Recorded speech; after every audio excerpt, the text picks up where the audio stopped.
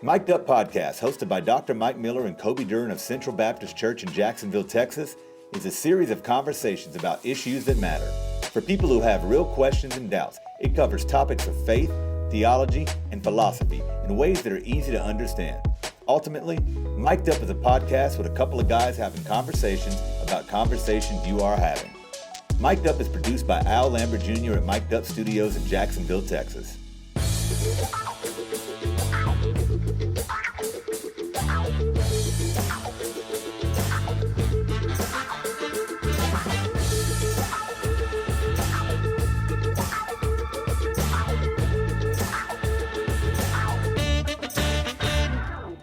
What do you think about the Houston Texans coming alive?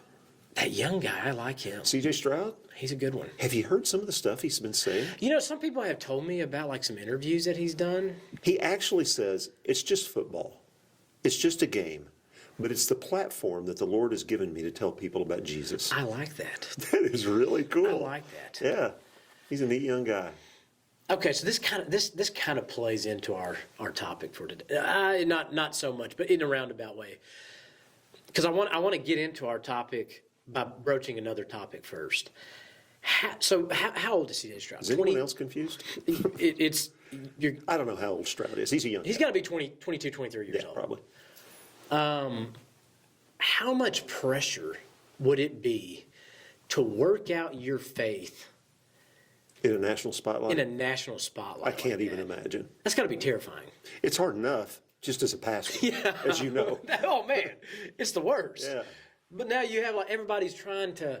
I honestly like. There's a lot of these guys that like pastors that get a bad rap, and I think it's probably well deserved.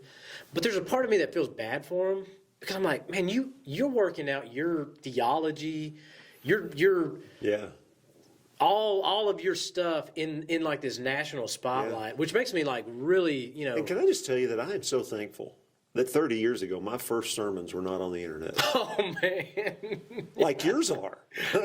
Well, I mean, my first ones aren't. Yeah. And I'm glad for that. Mine were. What do you remember what text your first sermon was over?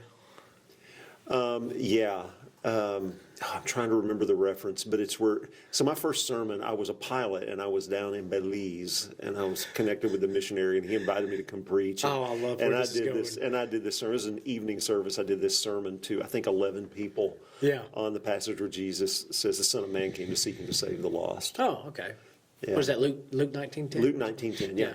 And then my first sermon, like, after I got to seminary, was on Ephesians 6, spiritual warfare, which is really dumb to preach that for your first sermon because you don't even know what you're talking about. But see, like that's the pressure on all these young guys who are in the spotlight is to talk about things that I can guarantee you they have not spent enough time with. Tell you a true story. Probably 10 years ago, I was going through my file cabinet. Yeah. I was looking for something, and I ran across these folders. It was my first 4 years of sermons. And I wrote them just like on yellow legal pads. Yeah. And so I pulled them out. Oh, I'm going to take a look at these. I pulled them out. I'm not making this up. I threw them in the trash for this reason. I'm afraid I'm going to die someday, and my kids and grandkids are going to see them and be ashamed. And so I can safely say I don't think I preached any heresy. Right, yeah. But, oh, man, and it just made me love those people that sat under that preaching for so long, that they sat there and loved me anyway. It's hard. It's hard working that out in any kind of spotlight, but especially that major spotlight. Well, I mean, you're talking about your sermons. Just the other day, Courtney, we just recently moved, so we're like cleaning out some stuff. She starts reading from something. I'm like somewhere in the garage working. She starts reading from something, and like in my mind, I'm like, who the heck wrote that? It was you. It was from my journal. Like not even like a terrible long time ago, but I was just like, golly, that is terrible theology. And then she's like, well, this is your stuff. Yeah. So I was like, oh. And how often? I mean, there have been times I've been preaching for over 30 years when something just comes out of your mouth wrong. Like it's not even something you believe or something you think, but the way you say it. I mean. Hey, anybody who's married knows what that's like. When you're like, whoa, that's not what I meant. Yeah. But you're doing that, and so now anybody can lift that clip off the internet and just broadcast it. Go, look what this guy's teaching, right? Oh, totally out of context. Which, by the way, I've got a little follow-up to last week. Yeah. our last episode where we talked about leading through crisis, and I participated in this big, huge survey that was done. They're taking a lot of surveys, but this organization is doing this survey of pastors to gauge the effects of COVID on congregations and the effects of COVID on pastors. And just this morning, they've released the first part, which is just dealing with clergy.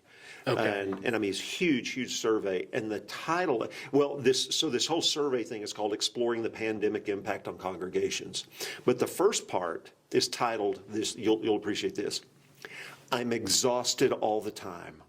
Exploring the factors contributing to growing clergy discontentment. And it's a 28-page report, and it goes into detail about how more and more clergy are facing more problems in congregation and are wanting to leave. And by the way, the median age of clergy in America is 59. What? 59, which means people have been talking about this demographic cliff we're coming up on with clergy where, you're looking at in the next 10 years, half of clergy are going to be retired. 59 years old? That's the median age because older guys are getting to retirement age and are leaving the ministry, and we're not replacing them with enough guys. Okay, so let me ask you this. When you say clergy, are you saying just in like the head pastor position, or are you just talking about clergy? Okay, so this survey, they talked to the lead pastors. Lead pastors. Yes. But even, that's still shocking. It really is. And scary. Yeah. Wow. I did not see that coming. Yeah, so they're talking about, just the issues, and some of the pastors talking about what are you seeing now in your congregation, and, just discontent, disengagement. Median church attendance now in America, 55. 55. It's down to 55. Just a few years ago, it was 130. It was 100, yeah. It was 130. 130? Yeah. A year ago it was 65. Now it's 55. I don't even know what to say to that. Right. Okay. So I'm revamping on the fly. I'm not even going to bring up our topic today. What? Because it was going to be a hard one. I don't even know what it was. Well, because I think that we have another hard one that we probably have to discuss before we discuss the real hard one. We haven't even done our intro yet. Oh, snap. We haven't. Yeah. Are you ready Should for we? that? Let's do that. Yeah, let's go. Let's intro this thing. Welcome to the Mic'd Up Podcast, where we have the conversations. About the conversations you are having. We still got it. We got it. We still got it. Yeah. We haven't lost it. We had a little bump in the road. I bumped us in the road. Listen, everybody has a bump in the road. Yeah. Here's where I'm gonna give you, because everybody knows, all of our listeners know that we spend immense amounts of time each week discussing these topics. You're talking hours and hours and hours of you and I just dialoguing and preparing for the podcast. If by hours and hours you mean that I have no idea what we're talking about until we walk in the room, then yes. Yes, exactly. Yes. Everybody knows that, right? So I do have a topic, and we may or may not be able to get to it today, but I think we kind of have to set this up because it's gonna be divisive for some people that probably listen. I would imagine, and maybe not. But you brought up this thing about clergy and the median age, how people are leaving do you have any up-to-date stats on how many people are leaving the pastoral position yearly? No, I can tell you that before COVID, and it's a survey that's about 12 years old, that was done by the Francis Schaeffer. There were two surveys basically combined, the Francis Schaeffer Institute for Leadership and Barna. And about 12 years ago, it was 1,500 pastors were leaving the ministry every month in America, leaving the ministry. So they're not like going from like one role to another. They're getting out. Right. That's not going from one church to another. 1,500 a month. That's wild. And so you have that. That's got to be with the fact that the median age of a pastor today is 59, and so retirement is coming. And in 10 years, right now, I just read not long ago that in Mississippi, I think it was 25 or 30% of the churches are without pastors, of Baptist churches are without pastors in Mississippi.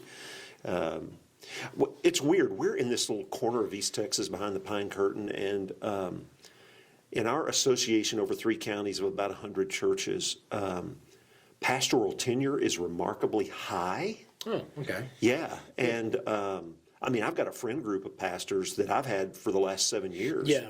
and they were all here when I got here, you know, and don't seem to have any plans of leaving. And so I would say, I think 10% or fewer of our churches are currently without pastors. Wow, praise God for that. Yeah, I mean, we're just in we're just in a different spot. But there's undoubtedly places in the country where, I mean, that's not absolutely. their reality. Yeah. All right, so here's my first question. I think that there's obviously multiple reasons why pastors are leaving pastoral ministry. And by the way, we have to acknowledge that there's probably some pastors that need to be leaving pastoral ministry. Yeah, I never want to imply that Right. this is the fault of the church, or because I think there's plenty of, I don't want to say blame. There are a lot of factors. Some guys need to. Some guys have had moral failures. Some guys, I've known guys who have said, yeah, I became a pastor, but I wasn't called to it. I didn't need to. We have a guy in our church whose dad was a pastor. He went, graduated from Southwestern Seminary, became a pastor, and said, that was not my calling. He hated every second of it. Became a law enforcement officer, made a career, loved every day going to work as a law enforcement officer. Yeah, and so we have so you have that. But the reality is, too, churches, not all churches, many churches can be very hard on pastors. Yes. I have witnessed that. I mean, I've seen all kinds of crazy things. Yeah. Churches can be hard on pastors' families. And the reality is, you know, I don't think we need to talk about this too much, because, you know, I don't like to talk about it, because if you're not a pastor, you don't really understand. But being a pastor is hard. It's not the job. Like, we don't work harder. We've got some people in our church, man, that are just hard working people. We don't work harder than a lot of people in our church. But the spiritual burden, is you know, Paul talked about it. You know, he talks about all these things he says we go through, and in addition to that, the daily burden I have for all the churches, and it's real, and it's hard, and it weighs on a guy. You know? So, I mean, there are a lot of factors out there. There are a lot of factors. Here's a factor that I have seen that I don't think helps. And I'm gonna take the step further and say I think that this hurts majorly. And I will say this: I haven't seen it much at our church, but I see it a whole bunch online. I don't even know why I'm online on on social media. Golly, it is the worst. Anyways, It is. People are so ridiculously opinionated regarding theology these days. Yeah. I think it's become a problem. With uninformed opinions. Yeah. Okay. What do you say to that? Do you think that that's accurate? An accurate statement? Do you see some of that? What are your thoughts in general about just like the theological state of the average going church member or Christian in general? Well, if you look at Ligonier Ministries does these surveys, I don't know how often they do it. The last one I saw was from 2022. They call it the State of Theology survey. Yeah. And it's a broad theology. What they do is they survey Christians to find out, what do you believe? And when you look at, like, 43% of evangelicals don't believe that Jesus is God. That's interesting.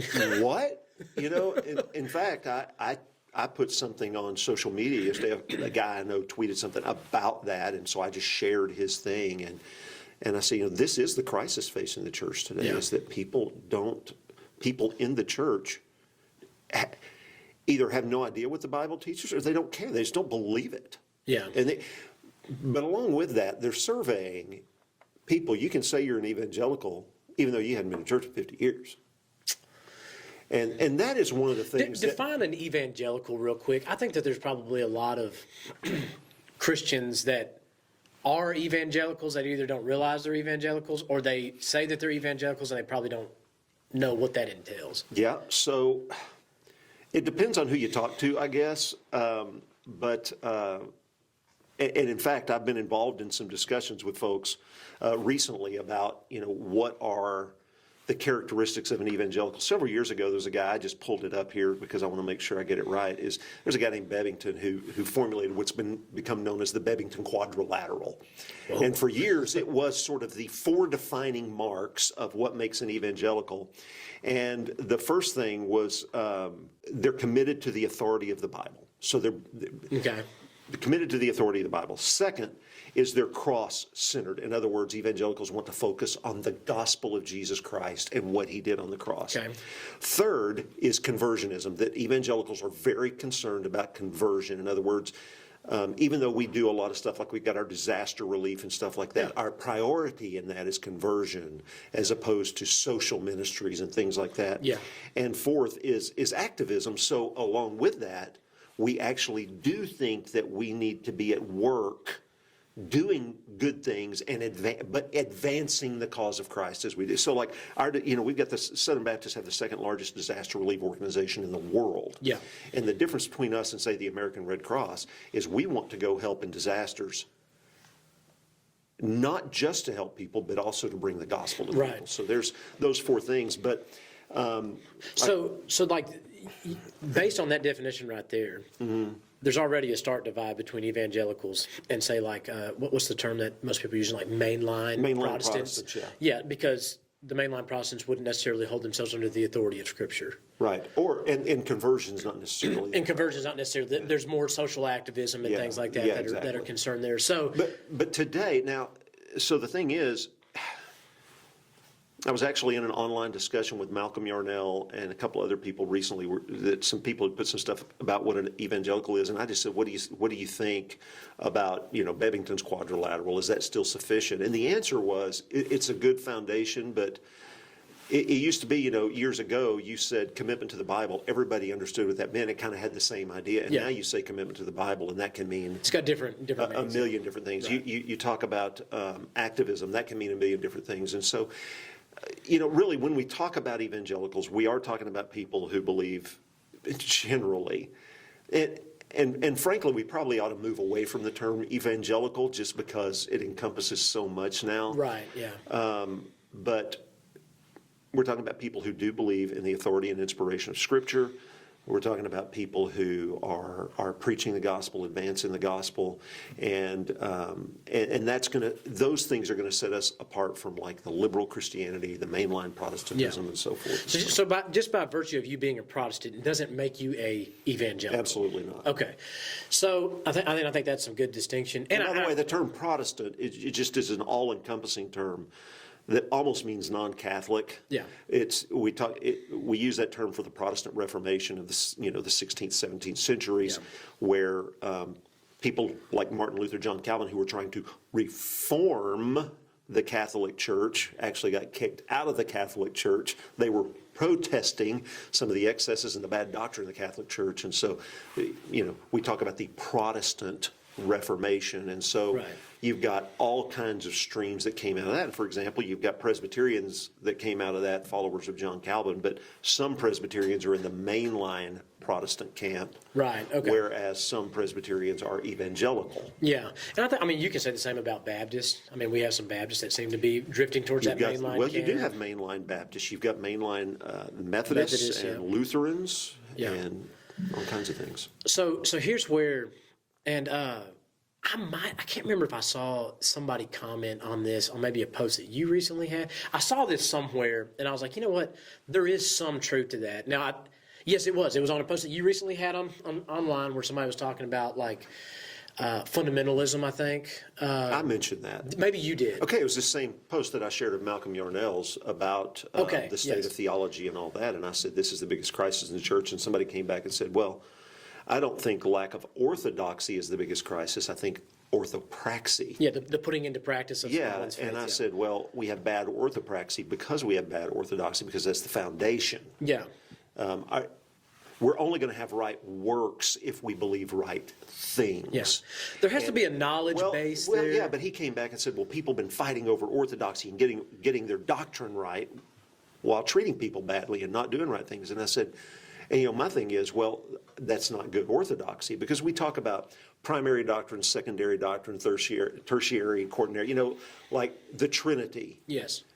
To disbelieve the Trinity is to reject Christianity. To disbelieve the virgin birth is to reject Christianity. So that we have these core doctrines that To reject them is to reject Christianity. Then we have other things. Which, by the way, that core doctrine, there's not many on that list. No, it's a small number of doctrines. So we call those primary doctrines. Then you go down the list with, you can get down to what kind of music should you sing in church, and where should church be? What day should you worship? Things like that aren't the primary doctrines. And then we've got those things that are in them that are important, but we don't call them primary doctrines. So, the comment that I made is, to the fundamentalists, by the way, fundamentalism used to be a good word. It just meant you believe the fundamentals of the faith. Right. But really, the way fundamentalism has become today is everything to them is a primary doctrine. Okay, so this is where I'm at. And if I need to be corrected here, by all means. Oh, I'd love to. Because this kind of gets me.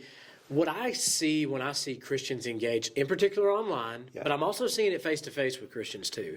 I don't think that there's a ton of it in our church, because I don't want people to think like, oh man, what kind of church do those guys have? Like, no, I think that we have like a pretty, number one, I think that we have a pretty solid theological church. Yeah. Number two, I don't see a lot of people arguing about stuff. No, I never see that, really. It's very, very rare if it ever happens. But I do engage with people that, either are outside of our church and probably a couple of church members as well. I am of the mind right now, we know what liberalism looks like. It's been around for forever. Yeah, and by the way, liberalism is the other end of the spectrum where no doctrines are primary. Yeah. When we say liberalism, we're not talking about like, oh, I'm voting Democrat or something like that. Theological liberalism. It's a rejection of the authority of Scripture. It's a rejection of the supernatural. Right. It's not just, oh, you believe different than me, you're a liberal. No, liberalism is defined as a rejection of Orthodox Christianity, really. So we've had this rise, and it's a buzzword now. The word is like deconstruction. Yeah. And I think that's. I even think that word right there could be appropriate in right settings, but it's unfortunately been hijacked to where it typically means something far more negative than it ought to be. Honestly, any discussion you have with anybody today, you need to follow up when they start using terms is, what do you mean by that? Yeah, that's a really good practice. So you have liberalism, you have this rise in deconstruction, you obviously have the internet to where people are exposed to more information and more content from people who may or may not know what they're talking about. And it seems like the church has taken this shift. And when I say the church, I don't mean all people, but I do think that it could be said that maybe a majority of people that lean theologically conservative have taken this shift to say instead of finding the middle ground where probably a lot of the answers lie, theologically speaking, we're going hardcore fundamental, and every third-tier doctrine is now a first-tier doctrine. Every second-tier doctrine is now a first-tier doctrine. I think that's a significant problem. I think it's a significant problem not only for the person who does it, I think it can be a major problem for pastors as they are preaching and getting ideas out to their church that they may hold with, an open palm, or they may hold with pretty tightly, but it's hey, this is still second or third. But you see folks that are abundantly critical of no, this is how you have to view this. If you don't have this view of Revelation, everything's blown up, and we can no longer Okay, I can tell you, the last church I pastored, there was a couple in the church that when I became the pastor told people, our pastor's not a Christian. Wow. What did you do? Because my view on end times was different than theirs. Really? And if you don't believe the way we do, you do not believe the Bible, you do not believe in Jesus, you are not a Christian. And you have one of the three primary views of the end times, don't you? Like you would say that it fits in one of I'm not even weird. I've got in fact, I would say I fall into a camp with the oldest ideas out there, at least in some of those. And so, I haven't come up with my own thing, and but for them, that doctrine was required if you're a professing Christian. Yeah. And in some of the more fundamentalist churches, even I heard a guy recently talk about women, if you just insist on wearing pants, I question your salvation. Really? Oh man. Okay. Yeah. This is So that's how far it can go. You've always had these fundamentalist churches, right? Yeah. But we are seeing somewhat of a shift of that, I think, today. And I really want to I'm trying to understand it, and I want to give people the benefit of the doubt, is that culture and politics, for one thing, politics is so divisive. And so, you don't have much of a middle in politics anymore. Everything is becoming more and more polarized. Right. The extreme right, the extreme left. I mean, those are the loudest voices today. And what you're having is there's so much crazy in our world today, and I don't mind saying that. And people look at the world and talk about, all the woke things. Yeah. And, which by the way, the idea of woke in its origins came from having your eyes open to some of the social problems in the world today, like racism. Oh, my eyes have been open to some of the racial inequality today, which is a good thing. So like I've been woke, I'm woke to that.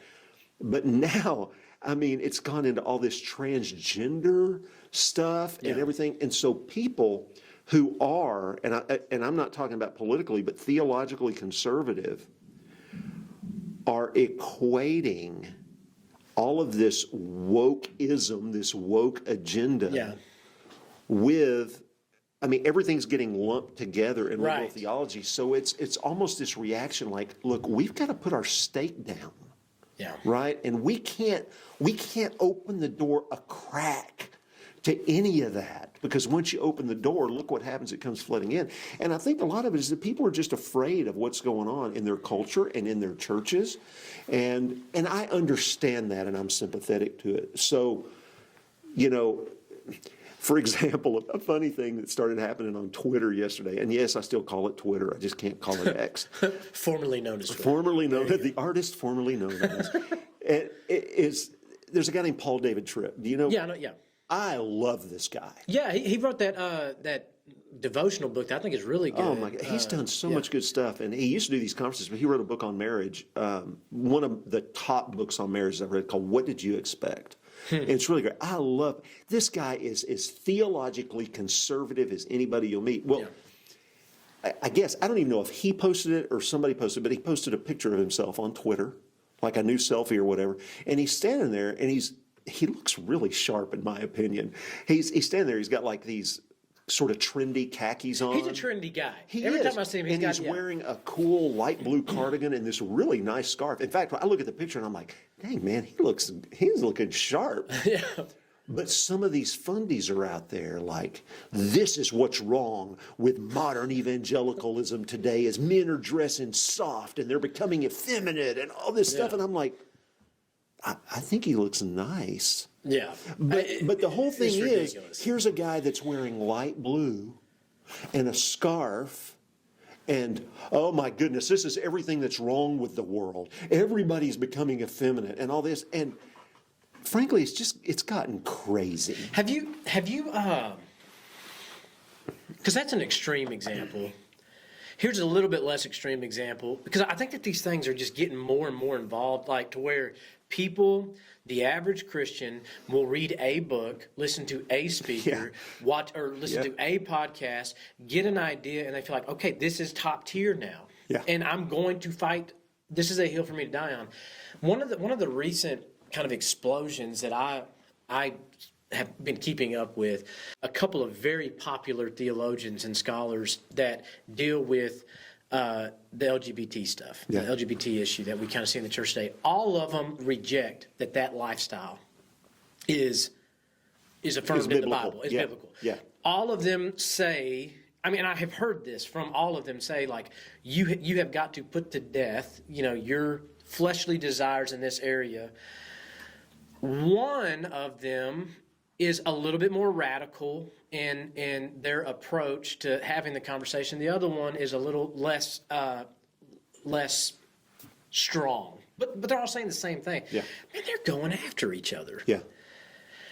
And I'm just like, but what is the issue here? Well, for the one group that's a little bit more radical, they're saying, no, it is impossible to have same-sex attractions and be saved mm-hmm. to be to be in the process of sanctification. Whereas the other one's like, man, like there might be people who struggle with this the rest of their life. Yeah, even though they're saved. We actually did a podcast on this a while back. We did an episode on, we talked about homosexuality and gay Christians and all that kind of stuff. And I'm in the camp that you can come to Christ and still have sinful feelings and inclinations, whatever they are. Yeah. You know,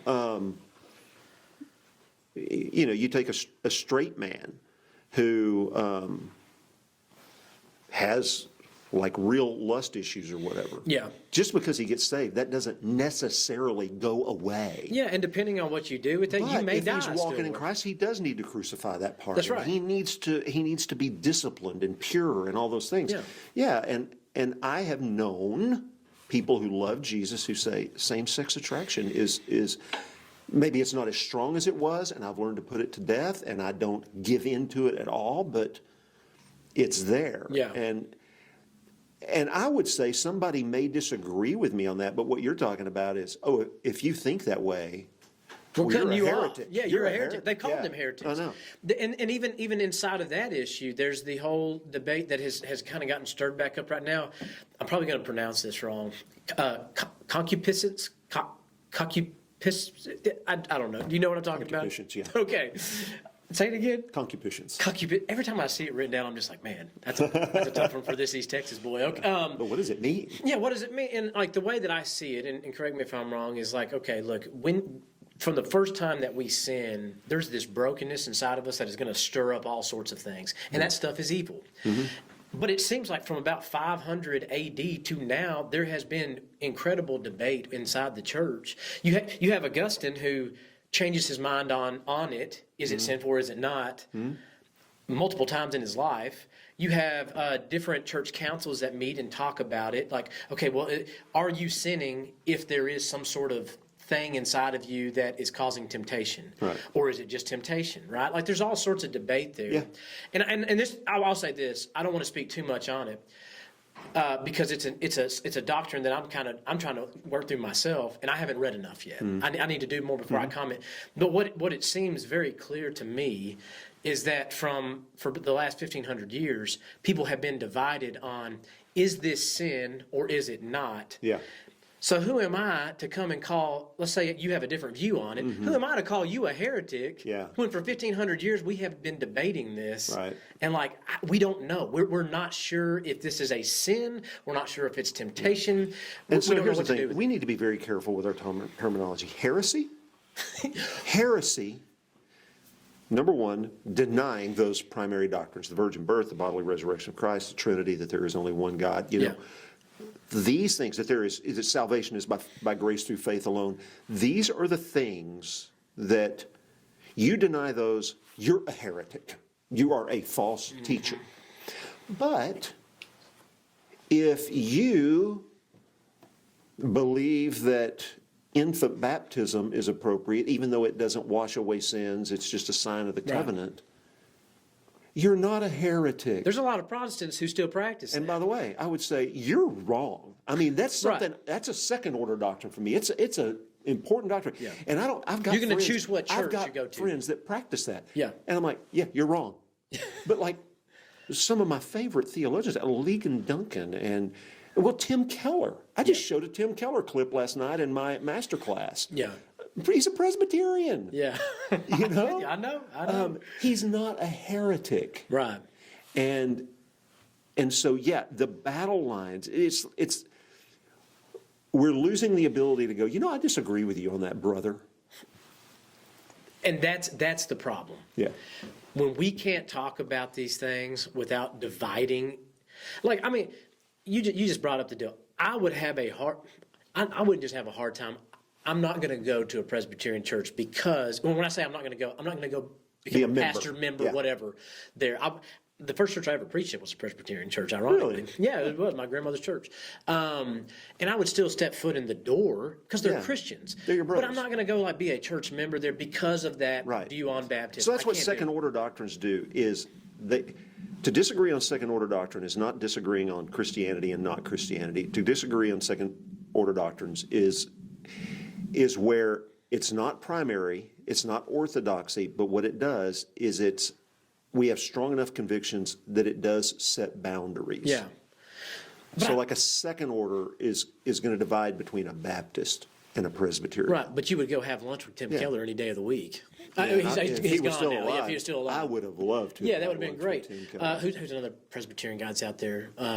Or, I mean, well, you just said Lee and Duncan. Yeah. These are guys that we would embrace, that we would call brother. Mm-hmm. We can have our differences, but it doesn't mean we have to hate each other. Exactly. I don't see that anywhere online. I don't see that in a lot of Christians, and it's really concerning to me because here's the topic I wanted to get to. I don't know. We probably, how long have we been going? The time we got 30 minutes probably. 30 minutes. So I'm gonna give a tease here. Okay. What should the church, the Christian church, feel about the modern nation state of Israel? Oh, that's a great topic. It has caused And highly controversial. Man, people are going nuts on this thing. And let's just say too, your end times theology shapes your answer to that. Yes, it does. And so that's. I'm So glad that we yes, had. I'm going to make some people mad with my answer, and I don't want to, because we've been discussing these things. Yes. And we need to be able to have these discussions in a friendly manner. But That's right. I guarantee you, and I'm going to say this, there are people on one side of this issue for which this is going to be a primary doctrine.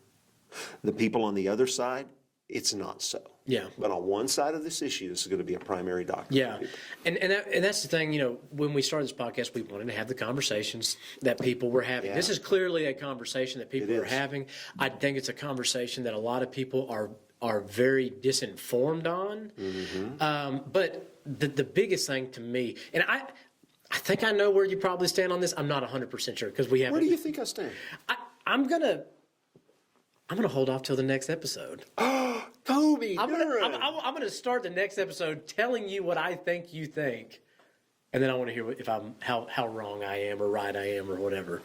Okay, so next time we know we're going to talk about this. We're going to talk about this. We're going to talk about Israel. We're going to talk about a theological approach to how we should view the modern nation state of Israel. And I guess we can talk about the conflict in Gaza too. Mm-hmm. I will say I'm not very well informed on that. What's going on there, so I can't provide anything to that conversation really. But there is a theological element to how we view the nation state of Israel, the modern nation state of Israel, that I see a lot of people that I think they're in error, and that I think. And by the way, we have now seen such a stark divide that I think that probably both sides are in error to a degree. Well, let's remind everybody, 100% of us in glory are going to find out that there are things we were wrong about. Oh man, I know. And anybody who denies that is claiming the same infallibility that Jesus had. If you don't think you can be wrong. Man, that's a... So there are going to be things. Now, I would think that those primary doctrines, and there's like 6 or 8 of them, right? Yeah. Why don't we sort of bring this to a close Yeah. by just talking about... What those primary doctrines are? Yeah, let's talk about what we call theological triage. Yeah. Theological triage. You go to the emergency room and you walk in and they bring you over right away. What's your problem? I think I sprained my ankle. Yeah. They're like, have a seat over there. We're going to get to you eventually, yes. 8 hours later, you're like, can I see a doctor yet? Sit down. We'll call you. But you walk in and saying, I'm having chest pains. I feel like an elephant sitting on my chest. Man, the doors are open and they are getting you in right away. So they do triage, and like a broken arm is going to get you in faster than a sprained ankle, cardiac neurological symptoms. And so we talk about the urgency that we need to treat our various doctrines. And so again, we've got the first order. These are the things that we don't budge on. Right. Again, but listen, I don't have to be ugly about it. Right. Yeah. Okay? Yeah. But we don't budge on the Trinity, the fact that there's only one God, the virgin birth, the nature of Jesus as fully divine, fully human, the bodily resurrection. And I would even say that Jesus is coming back again. Yeah. That he's coming back. Not when or how, but that he is. So some of these things are things that the Bible is explicit about, and we can say Christians have been firm on these for 2,000 years. Yeah. These we've agreed on for 2,000 years. Those are the non-negotiables. To disbelieve any of those is to disbelieve Christianity. Right. Okay? Behind that, we've got second-order doctrines. So the second-order doctrines are the things that are important.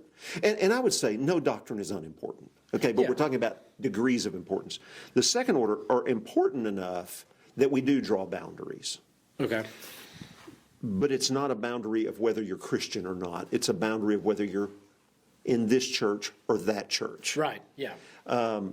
For example, a first-order doctrine is, does baptism save you, or are you saved by grace through faith? Right. If you believe baptism saves you, that takes you outside of Christianity. And we got to acknowledge that's a very major distinction there. I mean, That is a major distinction. But if you have like a Presbyterian view that, no, the baptism is a sign of the covenant, just like circumcision was a sign of the old covenant, baptism is a sign of the new covenant, and so we baptize our babies. It doesn't save them. It doesn't wash their sins away. You're saved by grace through faith. Okay, that's a big enough thing. We're not going to go to the same church probably. Yeah. You know, now there are churches out there that accept either immersion or, or believers baptism or infant baptism, but there aren't that many of those. So look, I'm a Baptist. Yeah. Okay, I believe that baptism is for believers, regenerate baptism, regenerate church membership. But I still believe my Presbyterian friends are brothers and sisters in Christ. Yeah. But these are strong enough convictions that we have that it is going to be a division. It's going to be a separation. Not a division in a bad way, but just a division. Then you've got the third order doctrines. You're going to sit next to somebody in church who disagrees with you about these things. And, we're talking about end times. Yeah. Do you believe in a literal 1,000-year millennium on earth, or do you believe that's a figurative thing? Or do you believe that there's a 7-year tribulation before that? Do you believe that Jesus comes before, during, or after that tribulation? You can go to... Frankly, I don't even know where our church staff is on that because I don't care. Yeah. But, for example, on my previous church staff, there were at least 3 different perspectives on the end times that we had on our staff. That's cool, yeah. And it was just totally not an issue for us. And so that's the sprained ankle. It's important. It needs to be treated. We need to deal with it. We need to talk about it. But we're not going to draw dividing lines there. Yeah. We're going to have those discussions. Frankly, I would like to believe that, as we're going to talk about next week, where you believe the modern state of Israel, or what you believe about the modern state of Israel, is one of those things. Yeah. That's a third order doctrine. And so what I would encourage people is, don't make your third order doctrines or your second order doctrines primary. Right. That makes you a fundamentalist. It does. And that's not a fun thing. And there are churches out there that if you're not premillennial, pre-trib, dispensational, you're not saved. Right. That's just nonsense. Yeah. Okay? And you just need to dial it back on that. If you baptize infants, you're a heretic. No, that's not heresy. Okay? And so what I would say is we've got to learn also to be civil and kind. Let me read a passage of Scripture as we wrap this up. It's from 2 Timothy chapter 2, and this is where Paul is writing to Timothy about people who are going to oppose him. Yeah. Not just people who disagree with him, but oppose him. Have nothing to do with foolish, ignorant controversies. They breed quarrels. And listen to this. The Lord's servant must not be quarrelsome, but kind to, listen to this word, everyone. Yeah. Able to teach, patiently enduring evil, correcting his opponents, with gentleness. God may perhaps grant them repentance, leading to a knowledge of the truth, and they may come to their senses and escape from the snare of the devil after being captured by him to do his will. Now, that's like false teachers he's talking about. And that's the goal. Like that last verse that you read, that's the goal. Yes. How can you win anybody by being a punk, being a jerk? I read a great article about Martin Lloyd Jones. Okay, yeah. And he's gotten really popular here lately among younger generations. Well, he's dead now. He died in, I think, 81. Yeah. But he was a pastor of, what was the name of the church? Westminster Chapel in London. He was a physician. But he was having a conversation when he was younger in the ministry with an older pastor who was just combative. Yeah. And he'd been bothered, but he like didn't, he didn't want to be presumptuous with this guy, but they were having a lunch or something, and he prayed that the Lord would open the door, and he did. And he asked him, he said, you're out there just, really being unkind and all this stuff. And you're just, the word we would use today is you're torching everybody who disagrees with you. And the guy says to him, well, you're a physician, right? And Dr. Jones says, yeah, I am. And he said, so if somebody has a cancer, you just cut it out, right? I mean, you've got to go in there with a knife and you've got to get rid of it. And it's painful sometimes. And he said, maybe. He said, a physician is a problem if all he ever does is want to cut. That's a good word. Yeah. That's a good word. And he said, I would hope that I would examine the issue and look for the best way to treat it. And if surgery is required, then we would do it, but we would do it in the least invasive, least painful way possible. Well, and you have anesthesiologists that come in now. Yeah, and if you're using that medical thing, it's like we are trying to take. He said, my goal is to save a life. Right. Yep. And he suggested to him, he said, I would suggest to you that your goal isn't to win people over. It's to put them down. And the guy actually said, and I wish I could, I'll have to look into this. I just read this article like last week. Said to him, I'll tell you what, I'll go to my elders at my church and I'll tell them what you said. And if they agree with you, I'll change my ways. Well, he came back and said, I talked to my elders and they told me, don't change anything. We're battling the culture and we're battling. And I think a lot of what he was talking about is doing this battle with the culture out there. What's wrong with kindness? That's what Jesus did. It really is. And people are, well, he took on the religious leaders and he called them whitewashed tombs. Okay, you look at all of the things Jesus said. Number one, that was a small amount. And number two, it was the religious leaders he had those words for. Yeah, and what they were doing to the crowd. That's exactly right. right. I could be wrong here. I'm leaving the door open that I could be wrong. Some of that dialogue with Jesus, some of the more aggressive dialogue with Jesus towards the religious leaders, if the crowd hadn't been present and he didn't have to take that into, I'm willing to bet you that even some of that dialogue would have looked a little bit different. Yeah. I think he still would have called them out on their sin. Well, it's just like when you get a true false teacher, like a Kenneth Copeland out there, who is leading people astray. I'm going to have stronger words for him than I am the atheist. Yeah. 100%. Or that I am the Presbyterian. I'm with you, yeah. And even given the context, too, of like who you're around and things like that, the dialogue is going to change. But one of the problems nowadays is social media. When I'm at my keyboard and I'm not looking somebody in the eye, I'm a whole lot more courageous. I can be a lot more bold and a lot more mean-spirited. Yeah. I know a guy who on social media is one of the most horrible people. I mean, he is rude and mean-spirited and defends that all the time. I first met him in person, and I've since had encounters with him in person. He's the most soft-spoken, gentle, kind.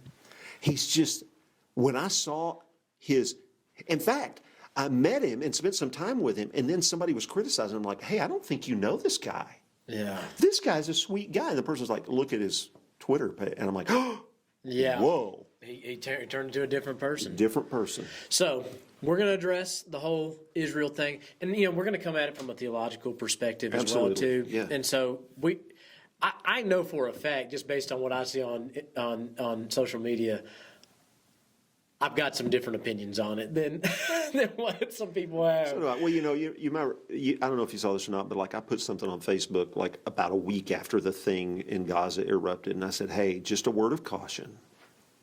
People are going to be opining on this and talking about how this fits into the Bible and fits into the end times. And I didn't even say don't believe it. I said, be careful. Just be careful what you listen to. And some guy goes on there, well, we do know how this fits in. And he just writes this long post. And I just responded, that's exactly what I'm talking about. Here's your sign. Yeah, there it is, right there. Anyways, well, all right. I'm looking forward to next week. It's going to be good. I'm glad we were able to have this conversation and hopefully help our listeners. I hope listeners tune into this episode. So if you are a listener and you have stuck with us this long, way to go. Yeah. This is the conversation before the conversation that we. But this is a good foundational conversation, really, for anything we're going to discuss that has any controversy. Yeah, it is. You're exactly right. So before we go, I want to give a shout out, bringing the shout outs back to our, had a phone call. Lakeland, Florida. We've got one listener. Hey, and by the way, we're still global here. We are international still, but we are highlighting our one faithful listener, Lakeland, Florida. Whoever you are, thanks for tuning in. We appreciate, I have no idea where Lakeland is, but I just imagine, what are those snakes that are loose in Florida now that are like... those anacondas? Anacondas, I was going to say, I just imagine anacondas crawling over, but I've never been to Florida. I'm just scared of snakes, so... Florida's great. I'm just scared of snakes. And I hear we have those in East Texas, right? We don't have them that are the size of a cow. Or is it pythons? I don't think they're anacondas. It's a python. Yeah, python. Yeah. People are buying as pets and then going, whoa. So they just take them and release them in the swamp. Get them out of there, man. Yeah. So, Lakeland, Florida, be safe. Watch out for pythons this week. And thanks for listening. Yeah. We'll see you. Bye.